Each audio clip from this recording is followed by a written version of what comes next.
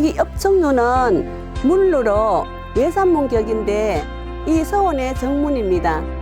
이 문을 들어서는 순간 야은 길재 선생님의 학문과 충절을 본받는다는 뜻입니다. 서원의 설립과 역사를 보자면 서원은 선현의 이패를 모시고 제향하며 유림들이 학문을 강론하는 곳으로 목적은 제향과 인재 양성입니다.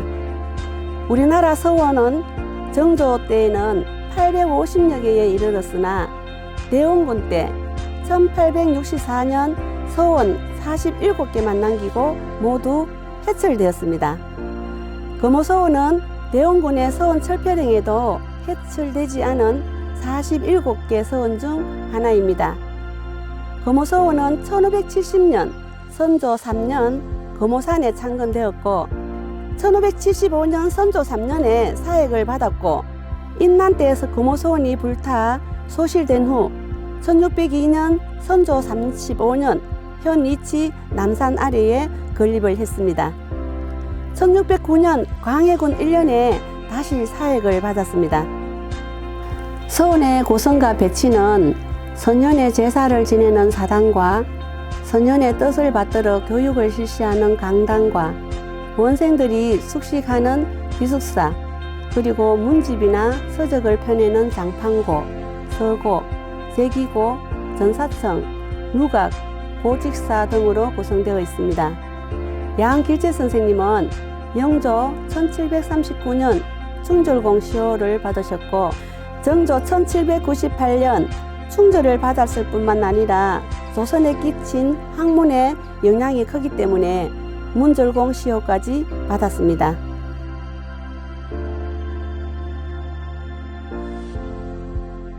정학당은 유학의 올바른 가르침, 정확하게 가르치라는 뜻입니다. 다른 서원에 없는 7조가 있습니다. 7조는 오의 창벽, 창문과 벽에 낙서하는 행위, 손산서책, 책을 손상하는 행위, 유희폐업, 놀면서 공부 안 하는 행위, 궁거무례, 함께 지내면서 예의가 없는 행위, 간색주식, 술이나 음식을 탐하는 행위, 설화난잡, 난잡한 말을 하는 행위, 의감부정, 옷차림이 단정하지 않는 행위, 범차 칠금자는 이 7조를 어긴 사람은 이례적 기하고 이미 왔으면 돌아가고 미래적 막내하라, 오지 않았으면 오지 말라는 뜻입니다. 또 서원에서 금기되는 것 중 책은 문 밖에 가져 나갈 수 없고 여자는 문에 들어올 수 없으며 술은 빚을 수 없고 형벌은 쓰지 못합니다.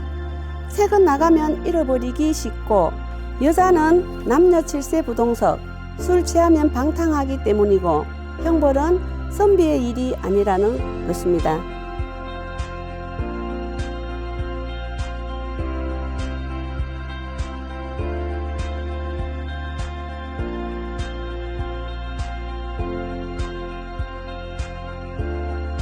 상현묘에는 구미 오현의 위패를 모시고 있습니다.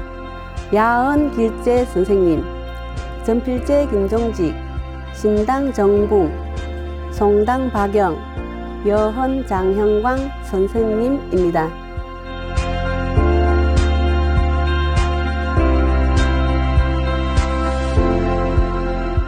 준도문의 뜻은 군자는 바른 길을 쫓아서 마땅히 행하여야 한다는 뜻입니다. 동락서원, 문루, 준도문 앞쪽에 강학 공간을 두고 뒤쪽 높은 곳에는 내산문과 사당으로 이루어진 제향 공간으로 전학 후묘 공간으로 구성되어 있습니다. 준도문으로 들어가면 입문이라고 하고 그 다음 과정, 뜰을 지나서 성당, 강당에 오릅니다. 그 다음 좌우 방에 입실하는 것은 스승의 경지라고 합니다. 동락서원에 공부하러 오지 않고 준도문 밖에 있는 사람을 문외한이라고 합니다. 동락서원은 인조 때 살림으로 이름이 높았던 여헌 장형광 선생님의 학문과 덕행을 추모하기 위해 1655년 효정 6년 제자들이 건립한 서원입니다. 그 후 1676년 숙종 3년 동락서원으로 사획받았습니다. 동락이란 동방의 일학이란 뜻인데 일학은 정이천 정명도 선생이 강학하던 곳으로 구미에도 이천 명도 선생이 계신다는 뜻입니다. 1933년에 만회당 장경우 선생을 종양하였고 1971년에 중창하여 오늘에 이르고 있습니다. 동락서원에는 장형광 선생의 유물인 가죽신, 삿갓, 우산대, 지팡이 등이 지금까지 보존되어 있습니다.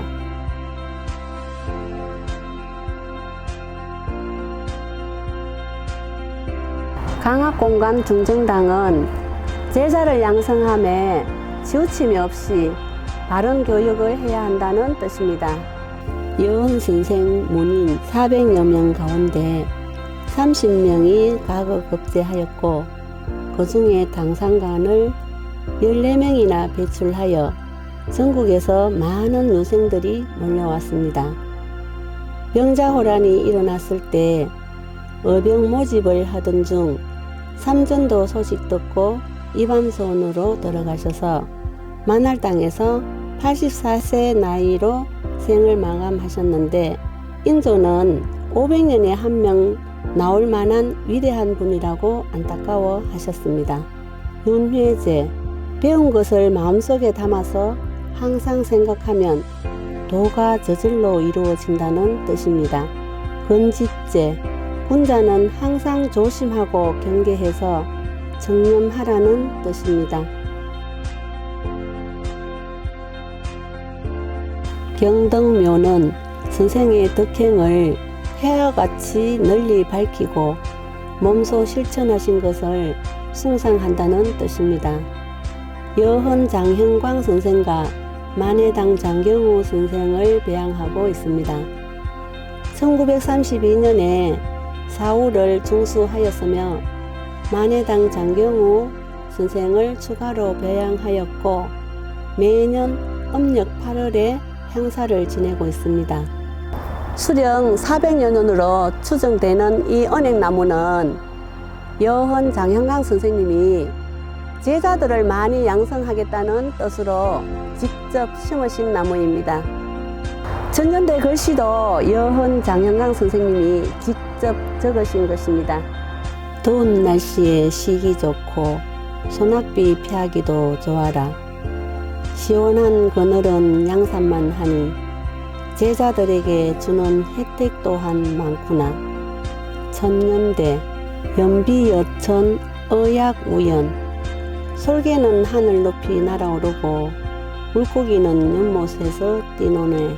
자연의 순리대로 살면서 여헌 장형광 선생님은 호연지기를 기르시며 출세의 뜻을 두기보다는 한평생 학문 탐구와 호학 양성에 힘쓰신 분입니다. 부지암 정사는 여헌 장형광 선생님이 지어서 제자들을 가르치던 곳입니다. 부지암, 알 수 없는 바위라는 뜻입니다.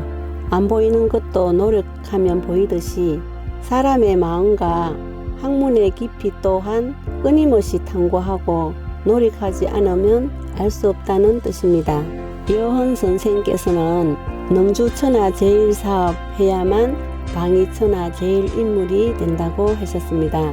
천하에서 제일 가는 사업을 할 수 있어야 천하에서 제일 가는 인물이 된다는 뜻으로 무슨 일을 하든 주어진 일에 최선을 다해야 맡은 분야 최고가 될 수 있다는 것입니다. 과천국립과학관에서는 장형광 선생님을 조선시대 우주과학 사상가로 소개하고 있습니다.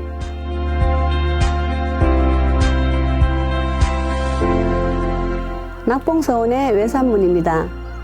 다른 서원과 달리 방이 있는 것이 특징인데요. 낙봉서원은 조선 인조 24년에 건립되어 정조 11년에 사익서원이 되었으나 서원 철폐령에 따라 고종 8년에 철폐되었습니다. 그 후 1933년에 강당을, 1943년에 외산문을, 1977년에 서당을, 1989년에 동제를, 1990년에 서제를 다시 지어 복원하였습니다. 지부당은 의리를 모아서 가르친다는 뜻입니다. 중용의 의, 이, 방, 외, 의로서 밖으로 드러내는 행동을 반듯하게 한다는 말에서 따왔습니다. 거경제, 삶에서 공경하라는 뜻입니다. 성현의 말씀에 경의직내, 늘 공경하는 마음 가지면 내면적으로 곧아진다는 집입니다. 명성제, 도를 안으로 살펴서 밖으로 덕을 밝히는 것입니다. 내 자신을 수양해서 도를 밖으로 밝히는 실천을 강조한 집입니다. 세심제, 계류일야세탄남, 밤낮으로 흐르는 시냇물은 욕심을 씻는구나. 마음의 욕심을 씻는다는 집입니다. 상덕묘는 강호 김숙자, 진락당 김치성, 고안 김치문, 용암 박운, 두곡 공척 등 5분의 덕을 모시고 추모하는 공간입니다. 낙봉서원에서만 볼 수 있는 특이한 것이 있습니다.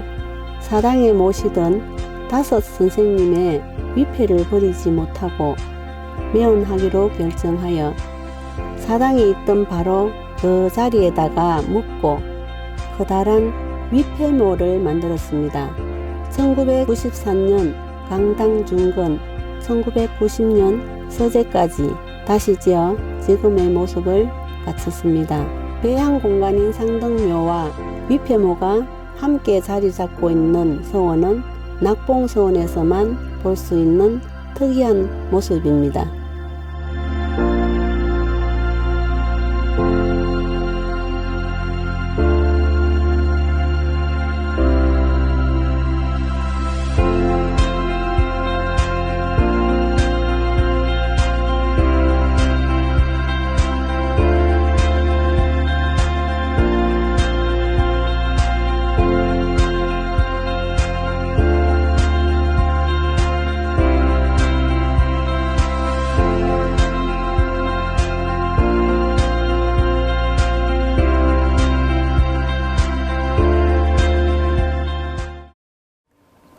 오늘 구미의 서원과 승리학에 대해서 발표할 대구 한의대학의 김성우라고 합니다. 우선 구미 승리학 역사관의 개관을 축하드립니다. 오늘 제가 일단 설명할 내용은 승리학이 어떻게 발전하는지, 그리고 구미가 어떤 역할을 하게 되었는지, 그리고 구미에 있는 서원들이 어떤 서원들이 있는지 하는 것을 한번 살펴보도록 하겠습니다. 우선 선사는 승리학의 본향, 승리학이 시작된 곳으로 알려져 있습니다. 고려 후기 중국으로부터 전래된 정주학, 승리학이라고 하죠. 정몽주, 건건대에 이르러서 만개했습니다. 조선 건국 이후 대부분의 관료, 학자들이 국가 재건과 경영에 매진하면서 승리학은 점차 관학의 자리에서 멀어지기 시작을 했습니다. 그런데 여말 선초 역성혁명 시기에 고향인 선산에 내려왔던 길제라고 하는 분이 승리학을 실천했습니다. 그의 문화에서 많은 제자가 배출되고 과거를 통해 중앙관료로 되는 이들이 많았습니다. 조선시대의 최고의 성군이라고 알려진 세종과 이들이 조우하면서 세종 치세기 동안 실용학문과 승리학의 이념을 적절하게 활용하게 됩니다. 그래서 길제의 고향에서 제자, 그리고 제자들로부터 배운 제전제자들, 그리고 개인적으로 배운 사숙한 많은 학자가 이곳에서 배출되면서 선사는 승리학을 견인하는 지역이 되었습니다. 그런 의미에서 선사는 승리학의 본향 혹은 승리학의 메카라고 불리게 됩니다. 자, 우선 승리학이 선산에서 정착하는 과정에서 가장 중요한 인물은 야언길제라고 하는 분입니다. 야언길제의 고향 정착과 그 제자들 양성하는 과정을 한번 보도록 하겠습니다. 1388년 위화도 회군이 있었습니다. 그리고 1389년에 공양왕이 즉위했고요. 그리고 그 해에 우왕과 창왕이 피살됩니다. 자, 이쯤 되면 이제 고려 왕조가 끝이 났다라고 하는 것이 거의 이제 알려지게 되었어요. 이때 문화성 주서로 재직 중이던 길재가 1390년에 낙향을 결정합니다. 그리고 이제 고향에서 2년 동안 머무르고 있을 때 1392년 7월에 조선이 건국합니다. 이분은 아무런 도움을 받지 않고 있었기 때문에 지독한 가난 속에서도 만국의 신민을 자치하면서 80노모를 봉양하고 살았습니다. 그러다가 1400년, 그로부터 조선 왕조가 건국한 지 8년 9년이 지났습니다. 왕세자 이방원이 서울로 상경하라고 독촉을 합니다. 그래서 서울에서 국왕정정과 당시 세자였던, 그러면 실권자였던 이방원을 만나게 됩니다. 이방원과는 개경의 한 동네에서 살았고 성경관에서 이색, 정몽주, 근건 같은 스승에서 수학한 동학이었습니다. 이 자리에서 양언은 충신은 두 임금을 숨기지 않는 법입니다 라면서 은둔을 허락해 줄 것을 요청했습니다. 또 이방원도 그를 융숭히 대접하여 돌려보내고 세금과 무역을 면제해 주었습니다. 자, 태종이 신원보장을 해준 상황이다. 이런 상황에서 선상 군수나 경상 감사가 그 야언이 살 수 있는 집, 가명, 그리고 강학 장소를 마련해 주었습니다. 그래서 밤실이라고 하는 곳과 금오산에서 본격적인 강학에 들어갑니다. 이분의 일단 가르치는 방법은 제자들과 경전을 토론하고 승리학을 가르치는 것이었습니다. 그래서 성현이라고 하는 분의 용제총화라고 하는 15세기 후반의 책이 있는데요. 여기 이런 얘기를 합니다. 공은 선산의 여러 생도들을 모아 두 제로 나누어서 교육시켰다. 경사를 가르치고 근면함과 게으름을 시험했다. 하루에도 배우는 자들이 백수십 명이나 되었다. 상당히 많은 사람들이 와서 제자로서 공부를 배웠다라고 하는 것입니다. 자, 그러다 보니까 이제 이 사람 밑에서 배운 많은 인재들이 과거에 합격하고 지식인으로서 활동을 하면서 양언학파라고 하는 것이 형성이 되기 시작합니다. 자, 제자들 보겠습니다. 경학하는 선비들로 선생의 문화에서 나온 사람들이 이루 헤아릴 수 없을 만큼 많다 할 정도로 많은 제자들이 있었던 모양입니다. 그렇지만 스스로 내가 양언의 제자다라고 한 사람들이 그렇게 많지 않습니다. 그리고 양언도 누가 내 제자다라고 얘기한 경우가 그렇게 많지 않습니다. 현재 알려진 바에 의하면 길구, 김숙자, 장천서, 김거규, 박서생, 옥고, 이보흠, 조상치, 김거길, 최울용 등 한 10명 정도가 현재 제자로 알려진 사람인데 아마도 제자들은 이보다 훨씬 많았을 거라고 생각이 됩니다. 자, 그러면서 개국 한 1392년부터 1455년 단종이 퇴위할 때까지 64년 동안 문과에 급제한 선산 출신 인물들이 있습니다. 당시까지 35번의 대과가 있었는데요. 이 중에서 전체가 1011명이 합격을 했습니다. 이 중에서 선산 출신은 26명이었어요. 전체로 2.6%. 35번의 시험에서 26명이니까 거의 1회에 한 번꼴로는 시험에 합격했다고 볼 수 있습니다. 조선 전체 군연수가 330개니까 산술적으로 따지면 한국을당 한 3명 정도가 배출되는 것이 산술적으로 맞습니다. 그런데 선산은 군연 평균보다 9배나 더 높은 합격자를 배출했다. 이런 점에서 선산이 인재가 많이 나온 곳이다 라는 것을 알 수 있습니다. 뿐만 아니고 이 합격자들의 성적이 아주 좋았습니다. 정가식, 유면, 하담, 하위지부자, 정초, 정지담 등 6명은 장은 혹은 부장으로 합격했습니다. 과거에서 33명을 뽑는데요. 1등을 하거나 2등을 하게 되면 아주 파격적으로 벼슬을 줍니다. 일단 승진도 빠르죠. 이들 모두는 선산읍내 영복리라고 한 마을 출신들이에요.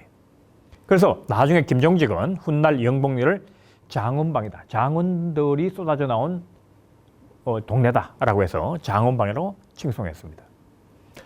집현전 학사 여러분들 아실 겁니다. 세종 2년에 만들어서 세조 2년에 없어졌는데요. 37년 동안 90명의 학사를 뽑았습니다. 이 학사들 가운데 선산 출신은 정초, 김효정, 박서생, 김말, 하위지, 김지경 등 전체가 6명, 6.3%를 차지하고 있습니다. 이품 이상 재산급 관료들도 8명이나 됩니다. 그러니까 한 고을에서 이렇게 많은 과거급제자, 집현전 학사, 그리고 장원급제자 이렇게 많이 배출된 외에는 조선 초기의 유래를 찾기 어려울 정도다라고 하는 것입니다. 영능성세, 영능성세라는 말은 뭔가 하면 세종의 묘호가 영능입니다. 그래서 영릉성사라고 하면은 바로 세종의 치세기라고 할 수 있습니다. 이 시기에 이 야언의 제자들이 중앙정계에서 본격적으로 활동을 하게 되는데요. 그 과정을 한번 살펴보도록 하겠습니다. 여러분들 아마 그 농사직설이라고 알 겁니다. 이 농사직설의 저자가 정초, 선산 사람입니다. 선산 영목리에서 출생하여 1405년에 문과에서 장원급제를 했습니다. 1429년 이조 참판 재직 시절에 세종의 지시로 농사직설을 편찬을 했습니다. 농사직설은 선산에서 보급되고 있던 여러 가지 기술들을 소개하고 있었어요. 그리고 거의 같은 시기에 일본 통신사로 박서생이라는 분을 파견하는데요. 이분도 원래는 비한 출신입니다만 길제의 제자가 되어서 선산에서 거주했던 선산 사람이었습니다. 이분도 1401년에 문과에 급제하고 1407년 중시라고 하는 것은 과거 급제자에게 다시 시험을 보는 겁니다. 중시에서 연거푸 우수한 성적으로 합격을 했습니다. 그리고 동갑 그리고 같은 과에 출신했던 정초의 추천으로 1428년 일본 통신사에 임명이 되었습니다. 그리고 서장관에게는 통신사는 부통신사가 있고 그다음에 또 서장관이라고 있습니다. 이 서장관도 김거규라는 분인데 이분도 선산 사람이에요. 그리고 이제 1429년 1년 만에 귀국해서 일본 수차에 대해서 이제 상황을 보고를 하게 됩니다. 그리고 세종은 박서생에게 공조 참여에 임명해서 수차 제작 및 설치 사업의 총괄 책임을 맡겼습니다. 그런데 이 사업이 제대로 되지 않았어요. 그래서 1435년에 우리나라에서 수차 사업은 실패로 끝이 납니다. 그렇지만 수차 문제를 왜 관심을 가졌는가? 그래서 바로 농사직설에서 나오는 수전농법, 이른바 벼농사를 짓기 위해서는 수리 문제가 해결돼야 되고 이 문제를 수차를 통해서 해결하려고 했던 그런 의지를 보이는 사건이었습니다. 자, 이것은 선산의 선진농법을 전국으로 확산시켰는데 정초, 박서생, 김구교 같은 선산 출신 관료들이 주도적으로 역할을 했음을 의미하는 것이기도 합니다. 그 다음에 세종의 권농교수가 있습니다. 이 권농교수는 어떻게 농사를 지어야 되는지에 대한 세종의 모든 철학이 담겨 있는 교서라고 할 수 있는데요. 이 교서를 작성한 사람이 하위지입니다. 이 사람은 문과장언한 하담의 아들이고 1412년 선산 영몽리에서 출생했습니다. 그리고 문과에서 장언으로 합격했죠. 교리 재직 시에 세종의 권농교서를 작성했습니다. 자, 이 권농교서는 조선왕조 최고의 권위를 자랑하는 권농교서였습니다. 근데 세종대에 권농정책과 관련돼 갖고 정초, 박서생 이 두 사람은 하위지의 아버지인 하담의 동향 동문이었습니다. 그 사실은 세종도 하위지를 알고 있었다. 그죠? 따라서 세종대 실시했던 세 가지 권농정책은 전부 다 선산 출신 관료들, 그것도 어떻게 영목리라고 하는 마을 출신들이 주도했다라고 할 수가 있습니다. 농사직설에 대한 그동안의 평가는 우리나라의 농업기술을 채록하여 소개한 최초의 농서로 알려져 있습니다. 실제로 전국 최고의 농업 선진지대인 선산농법을 채록한 농서로서 조선 전역으로 선산농법을 확산시켜 농업 생산성 증대를 꾀하려는 것이었다라고 생각이 됩니다. 자, 그 다음에 계유정난이라고 하는 것이 발생하게 됩니다.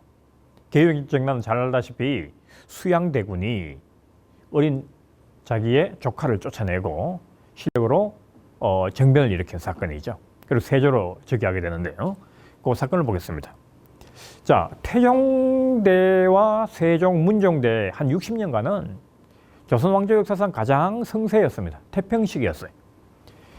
1400년에 왕자의 난이 있었는데요. 그 이후에 계속 태평성세를 누리고 있었는데 단종이 즉위를 합니다. 그리고 단종은 14세 어린 나이였습니다.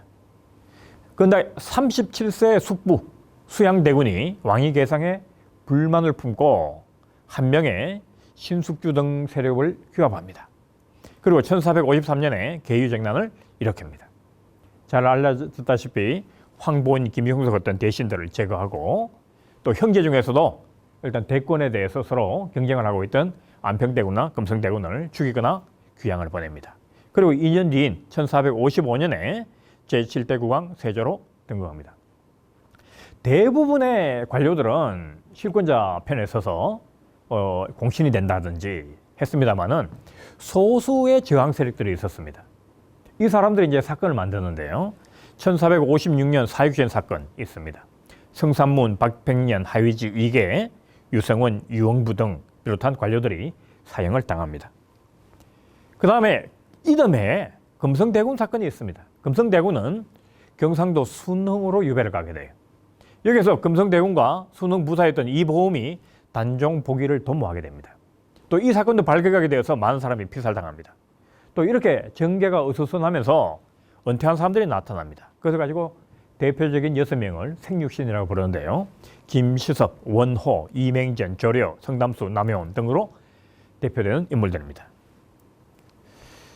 자, 근데 이 사육신 사건 때부터 생육신에 이르기까지 결의파들의 특징을 보니까 길제 제자들이 많습니다. 이맹전, 이보흠, 하위지, 선사 출신들이 많습니다. 이맹전, 하위지, 김지경.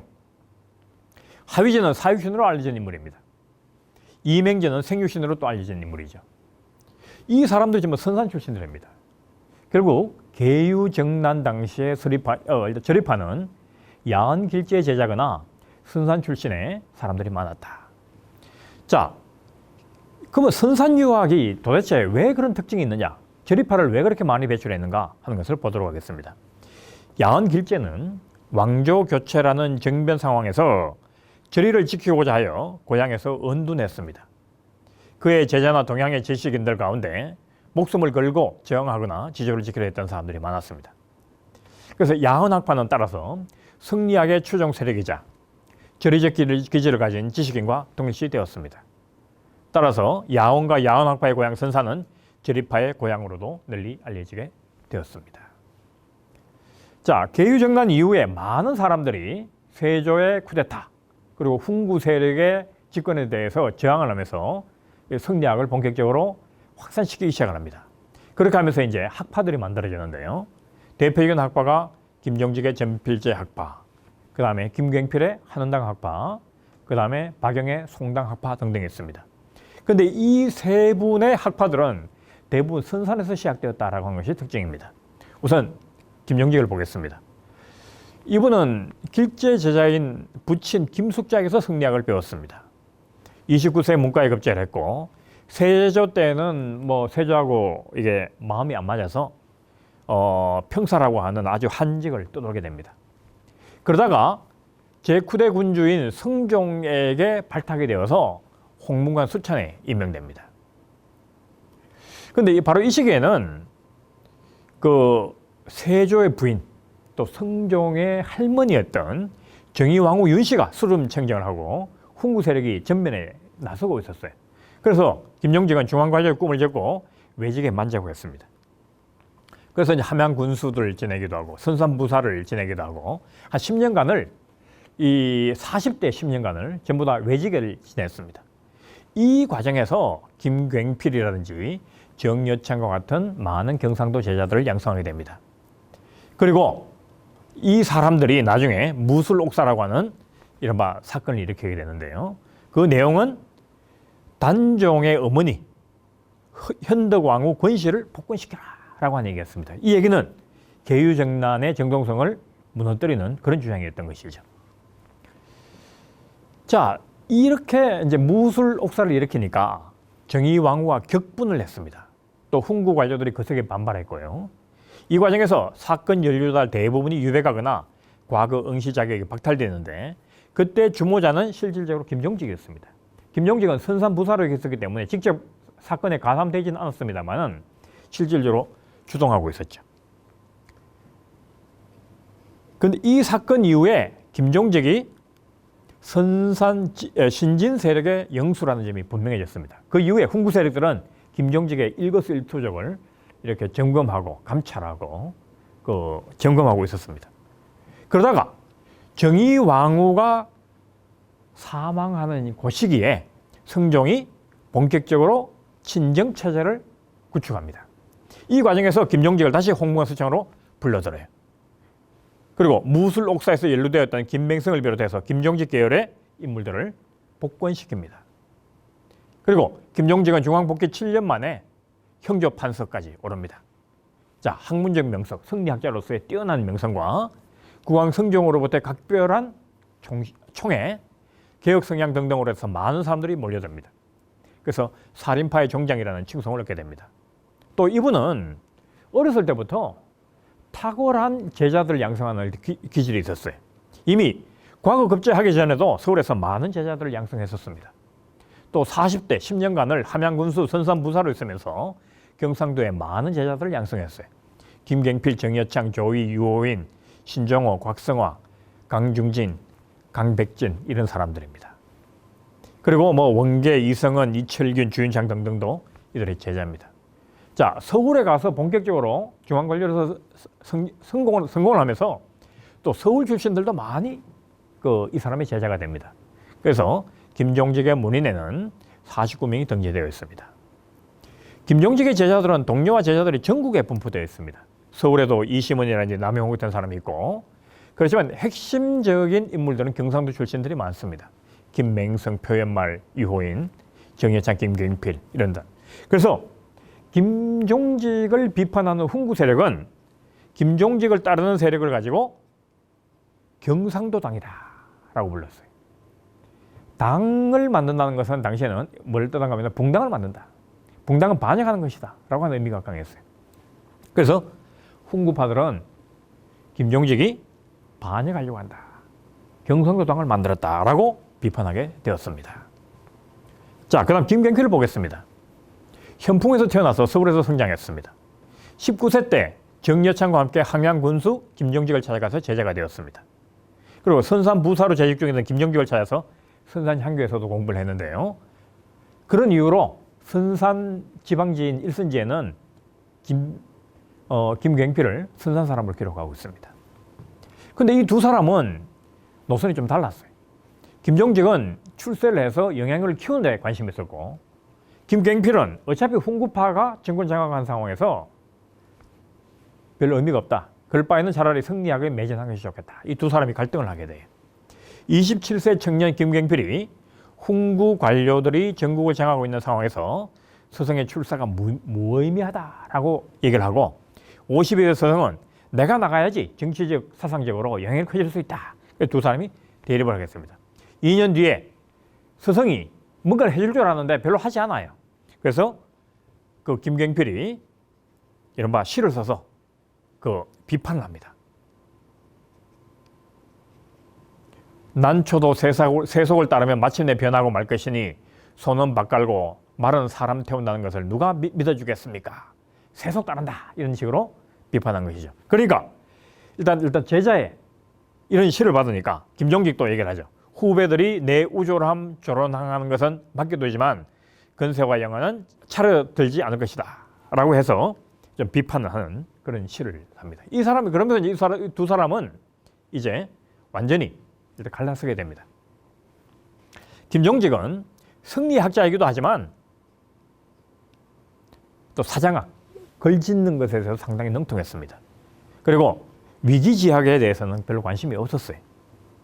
반면에 김경필은 원래부터 위기지학에 관심을 가지고 수학동자로서 승리학을 실천하려고 했습니다. 그 실천을 가지고 도학이라고 불렀는데 도학을 하려고 했었어요. 김경필도 자기 스승인 김종직만큼이나 탁월한 스승이었습니다. 30세 때 자기 고향에서 제자들을 양성하다가 37세 서울로 와서 제자들을 집중적으로 양성을 했습니다. 경상도 제자들로는 이장길, 이장곤, 정붕 등등이 있고, 서울 출신 제자들로는 김한국, 김정국, 성세창, 조광조 등등이 있습니다. 실질적으로 그 김경필의 제자들 가운데서는 서울 출신들이 훨씬 더 유명합니다. 김한국, 김정국, 조광조 이런 사람들, 나중에 김효사화를 일으켰던 김효사님들입니다. 자, 의를 보겠습니다. 김종직 단계 성리학은 경상도를 기반으로 전수되던 다양한 학문적 경향 중에 하나였습니다. 그런데 김경필 단계 그러면은 서울과 경기도로 확산된 매우 중요한 학문적 경향이 돼요. 그래서 김종직이 성리학의 씨앗을 뿌린 건 맞지만은 김경필대에 와서 생리학이라는 것이 서울 지식인 사회를 사로잡는 아주 새로운 혁신적인 학풍이 되었다. 이런 얘기입니다. 자, 그럼 그 다음에 한은당 학파를 보겠습니다. 도학이 김경필에서 시작됐다. 라고 해서 김갱필의 제자들은 김갱필을 조선 도학의 비조라고 평가합니다. 그러면 일단 김종직은 비조냐? 비조 아니다. 그 사람은 성리학도 했지만 사장을 한 사람이다. 성리학을 한 사람은 김갱필이다라고 하는 겁니다. 중종 반정 이후에 이제 이 사람들이 이제 3, 4의 포전을 하는데요. 1515년 중종 10년부터 조광조를 중심으로서 이제 개혁 운동을 합니다. 이 사람들 기묘사람이라고 해요. 그리고 5년 만에 기묘사화가 일어납니다. 기묘사람의 개혁 운동은 당시 시대상에 비춰볼 때 다소 과격했고 급했습니다. 조급했어요. 그래서 훈구 세력이나 어쩌면 왕실로부터 상당히 반발을 사게 되었던 것이죠. 이래서 기묘사화가 일어나게 되는데요. 기묘사화의 발발로 조광조를 위시한 개혁파가 대부분 숙청을 당하면서 개혁운동이 좌절되고 말았습니다. 그 다음에 앞에 김용직과 김갱필은 너무나 알려진 인물입니다만은 송당은 알려진 것이 좀 많이 없습니다. 그런데 그렇지만 16세기 성리학이 확산되는 과정에서 박영의 역할이 대단히 중요합니다. 이분도 자기 호인 송당을 따서 송당학파라고 하는 학파를 창시하게 됩니다. 자, 성리학 본향인 선산에서도 김종직과 김갱필의 영향 아래 도학에 대한 관심이 컸습니다. 강백진, 강중진, 형제나 정붕 등등이 이런 도학에 관심이 있었어요. 그리고 정붕이라는 사람은 김갱필의 제자였습니다. 김갱필의 제자로서 배웠어요. 그리고 어린 나이에 과거에 합격해서 연산군대 3사 관으로 있었지만 갑자사화 때 김갱필의 제자라는 이유로 영독으로 유배되었습니다. 중종 반정 이후에 이제 해배되어서 고향에 있다가 박영이라고 하는 분, 이분이 이제 일단 도학에 관심을 가지고 있을 때 이분을 가르치게 됩니다. 그러면서 이제 박영이 비로소 정붕을 통해서 도학이 뭔지를 배우게 됩니다. 그럼 자, 박영을 보겠습니다. 이분은 할아버지 때만 하더라도 선산에서 살았는데 일찍이 서울로 가면서 서울 사람이 되었어요. 어머니는 양녕대군의 따님입니다. 완전 서울 사람이에요. 근데 그리고 묵과에 급제한 무인이었는데 연산군 저기 이후에 연산군이 이게 폭증을 일으켰다, 이러다 큰일 나겠다라고 생각해서 고향으로 낙향을 합니다. 그리고 혼자서 도학을 깨치다가 1500년에 정붕과 박경을 만납니다. 박경을 만나서 덕도를 하게 돼요. 그러니까 도학이 무엇인가에 대해서 깨닫게 됩니다. 그리고 이제 기묘사람으로 활동하게 되는데요. 기묘사람이 박영이 도학자다라고 하는 사실을 알고 발탁을 하게 됩니다. 그리고 병조 판서에 대해서 참판에 대해서 국권을 사실상 장악했습니다. 근데 박영이 봤을 때 기묘사람하고 좀 이게 색깔이 좀 달랐어요. 기묘사람들은 지나치게 급진직에서 왕실과 훈구 세력으로부터 공격을 받을 것이라고 예측을 하고 관직에서 사퇴를 했습니다. 1519년 기묘사화가 일어나기 바로 직전에. 근데 기묘사람들이 다시 불러서 중국으로 성절사로 파견했어요. 5월 달에 파견되었는데 돌아온 것이 그 다음에 1월 달인데 이미 기묘사화가 끝나서 완전히 숙청되고 난 뒤였습니다. 그 이후에 이제 이분은 중앙정교 생활이 상당히 어려웠죠. 1520년에 김해부사로 좌천되었다가 1521년에 모반 혐의로 체포되어서 혹독한 고문 끝에 석방이 되었습니다. 그러고 난 다음에 이제 1519년 이후에 이제 21년부터 이제 자기 고향에서 김치성, 박웅 같은 사람을 만나서 강학을 시작을 하고 그때부터 1538년 이분이 서거할 때까지 한 7년간 본격적으로 제자들을 양성합니다. 박영은 정붕을 통해 김갱필의 도학을 전수받은 이래 스스로 깨닫는 수행 방법을 택합니다. 그래서 자덕하지 않으면 제자로 인정하지 않습니다. 아무리 많이 배워도. 그래서 박영의 제자들은 숫자가 그렇게 많지 않아요. 한 16명 정도가 됩니다. 여기에 보면 16명이 있는데요. 자기 고향에는 선산 출신들이 많습니다. 김치성, 박운, 김치문, 노수암, 최응용, 김면지, 최해, 최심.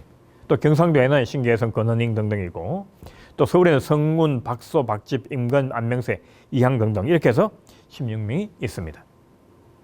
자, 1537년에 김한로라고 해서 권세가가 있습니다. 이 권세가가 실각을 당해요. 그러고 난 다음에 이제 옹건 살인파가 정권을 장악하게 되는데 이 옹건 살인파가 집권하자마자 박영을 다시 발탁을 합니다. 이때 나이가 67세예요. 경상도 좌병사에 임명됐는데 좌병은 울산에 있었습니다. 울산 임지에서 70세 나이로 서거하셨습니다. 자, 박영 사후에 송당학파는 김쥐성, 박운이라고 하는 선산 출신의 두 도학자가 이제 이끌어가게 됩니다. 이들과 교류한 사람은 이현적, 송혜교, 김진정, 박광호, 김치문, 성운, 안명세, 강경선, 강유선 이런 등등입니다. 그런데 이 사람들이 을사사화 때 많이 숙청을 당해요. 을사사화는 여러분이 잘 알다시피 중종의 후계 문제를 둘러싸고 대윤과 서운이 서로 싸운 겁니다. 명종의 제국을 계기로 문정왕후와 소윤 세력이 대윤에 대해서 대대적인 숙청을 하는데 여기에서 피해자가 57명입니다. 57명 가운데 송당하파가 무려 6명이나 된다. 송혜교, 박광호, 김진종, 강유선, 안명세, 김치문. 송당학파는 전체적으로 합쳐봐도 30명밖에 안 되는데 그중에 6명이 피해를 입어요. 20%. 상당히 많이 피해를 입죠. 따라서 저는 이렇게 생각합니다. 을사사화는 대윤과 소윤의 정쟁이면서 송당학파를 중심으로 한 살인파와 훈구 세력 간의 사상투쟁의 성격이 있다. 자, 그러다 보니까 4대 사화, 무오사화, 갑자사화, 김여사화, 을사사화는 전필제학파, 한당학파, 송당학파에 대한 훈구파와 왕실 세력의 보복이었습니다. 그러면 당연히 이 학파들이 출연한 곳인 선산 출신들이 많이 피해를 입을 수밖에 없겠죠. 그래서 사화기에 피해를 입은 선산 사람들을 보겠습니다. 무오사화 때 영수는 김종직, 피해 인원은 29명인데 선산 출신은 3명이었습니다. 갑자사화 때도 영수는 훈구 세력이었지만 김종직도 처벌을 받았어요. 47명 가운데 선산 사람은 4명이었습니다. 8.5%. 김효사화 때는 조광조와 영수였죠. 50명이 처벌받았는데 2명이 선산 사람입니다. 을사사화 때는 대윤 세력도 당했지만은 영수는 박영이었습니다. 57명이 처벌당했는데 그중에 4명이 선산 사람이었어요. 전체적으로 사화 때 피해를 입은 사람은 183명인데 이 중에서 13명이 선산 사람이에요. 7.1%. 한 지역 사람이 이렇게 많은 처벌을 받는 예가 잘 없습니다. 서울 사람이라 하더라도 이만큼 많은 처벌을 받지 않았을 거예요. 그럼 왜 그랬을까? 바로 학파가 선산을 기반으로 하고 있다. 그리고 사화는 학파에 대한 이른바 정치적 공세였다라고 하는 겁니다. 따라서 학파의 고향인 선산, 또 학파의 많은 멤버들로 구성되어 있던 선산 사람들이 많은 피해를 받았다. 이런 얘기입니다. 50인에 걸친 4대 사화 시기 동안 전체 피해자 138명 가운데 선산 출신은 모두 13명이다. 갑자 사화를 제한 나머지 사화는 모두 성리 학파에 대한 훈구 세력의 정치적 공세 성격이 짙었다. 이들 학파들은 모두 선산에서 성리학 학파로서 조선 성리학의 발전 확대 과정에 크게 기여한 학파들이었습니다. 따라서 4대 학파는 서울을 개발하는 훈구 세력 때 선산을 개발하는 성리 학파 혹은 살림 세력의 정치적 사상적 투쟁이었다. 지금까지 많은 사람들은 훈구 세력과 살인파의 정치적인 투쟁이라고 봤습니다. 저는 여기에다 하나를 더 붙입니다. 훈구파를 중심으로 한 사장학과 불교에 관심 있는 사람과 성리학에 관심이 있는 성리학자들 간의 사상투쟁입니다. 저는 여기에다 하나를 더 붙입니다. 서울을 중심으로 한 훈구파와 선산을 중심으로 한 살인파의 싸움이다. 이것이 4대 사화의 일단 최종적인 결론이다라고 하는 것이 제 생각입니다. 그 다음에 이제 선산에서는 이제 여헌 장형광으로 이제 내려가는데요. 여헌 학파는 송당 박용호부터 영향이 좀 많이 있습니다. 그분에 대해서는 시간 관계상 생략하도록 하고요. 서원으로 넘어가서 그럼 어떤 분들을 기리고 있는지 하는 것들을 살펴보도록 하겠습니다. 자, 제가 아까 말씀드린 것처럼 선산은 야헌 길제의 고향이고 이곳에서 강한 그 지역이 선산이다 하는 얘기를 했습니다. 여기서 전필제 학파가 태동을 했고 일단 김경필의 한원당 학파도 여기에서 간접적으로 기원을 했습니다. 그리고 송당 학파 기원한 곳이에요. 따라서 선산은 조선 성리학이 확산되는 과정에서 15세기와 16세기에 아주 결정적인 학자들이 배출된 곳입니다. 그것을 기리는 서원이 바로 금오서원입니다. 자, 금오서원이 어떻게 만들어지는지 한번 보도록 하겠습니다. 선조 즉위를 하고 난 다음에 송당 학파의 고제였던 선산 출신의 김치문과 최응용이라는 두 사람이 야헌 길제, 선산이 고향이죠. 야헌 길제와 박영, 자기의 스승입니다.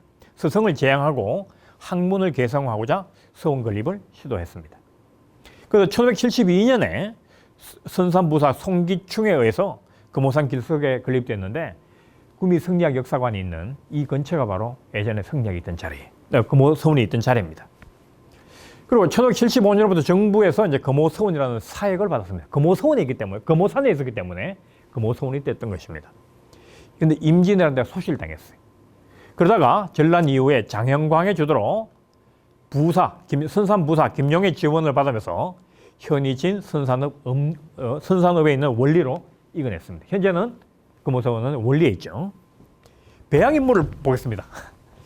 길재, 야암길재, 그 다음에 김종직, 정붕, 박영, 장현광, 야언학파를 창시한, 전필재 학파를 창시한, 송당학파를 박영, 정붕은 박영의 스승으로서, 그리고 마지막에 구미 인동 지역에서 성리학을 마지막 불꽃을 피운 박영, 장현광까지 이렇게 해서 5현이 배양이 됩니다. 이들은 구미가 배출한 걸출한 선현들로서 성리학의 확산 과정에서 중요한 역할을 했던 유학자들입니다. 19세기 후반 흥선대원군이 단행한 전국서원 해설령 당시 훼손되지 않은 전국 47개 서원 가운데 하나입니다.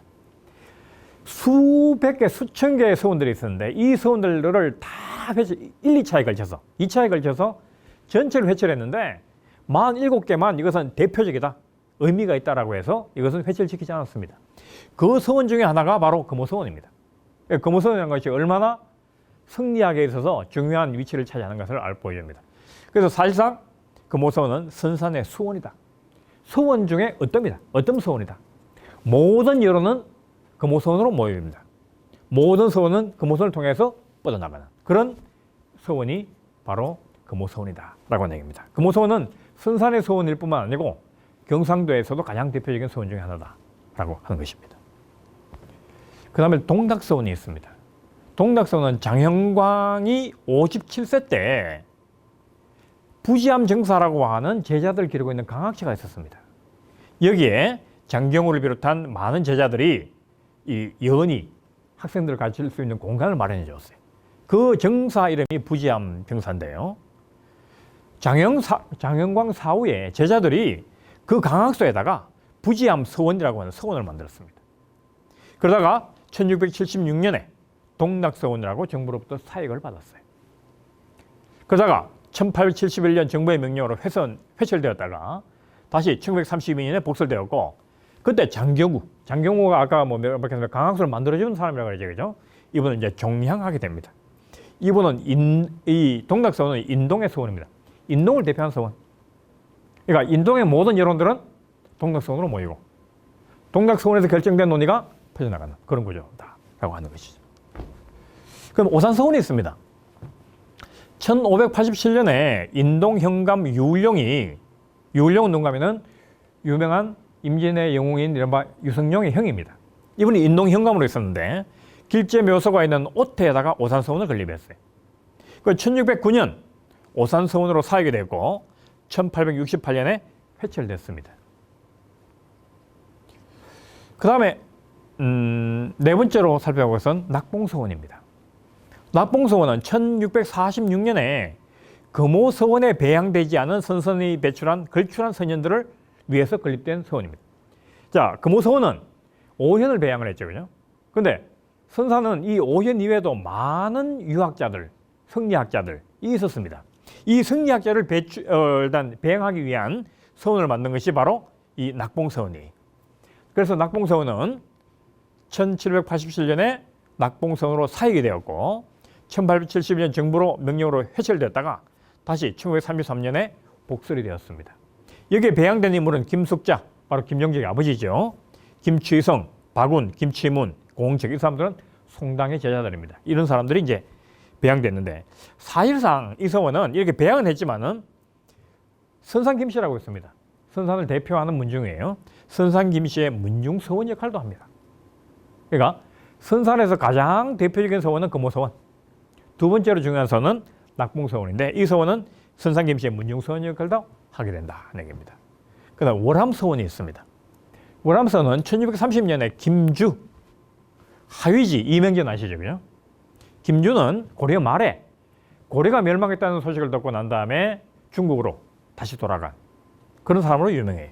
하위지, 사육신, 이명전 생육신 이 세 명의 질신을 배양하기 위해서 건립했습니다. 1694년 사육이 되었고 1686년에 1868년에 회철이 됐습니다. 이거는 선산에 대표한 또 다른 문중인 일성 김씨의 문중서원입니다.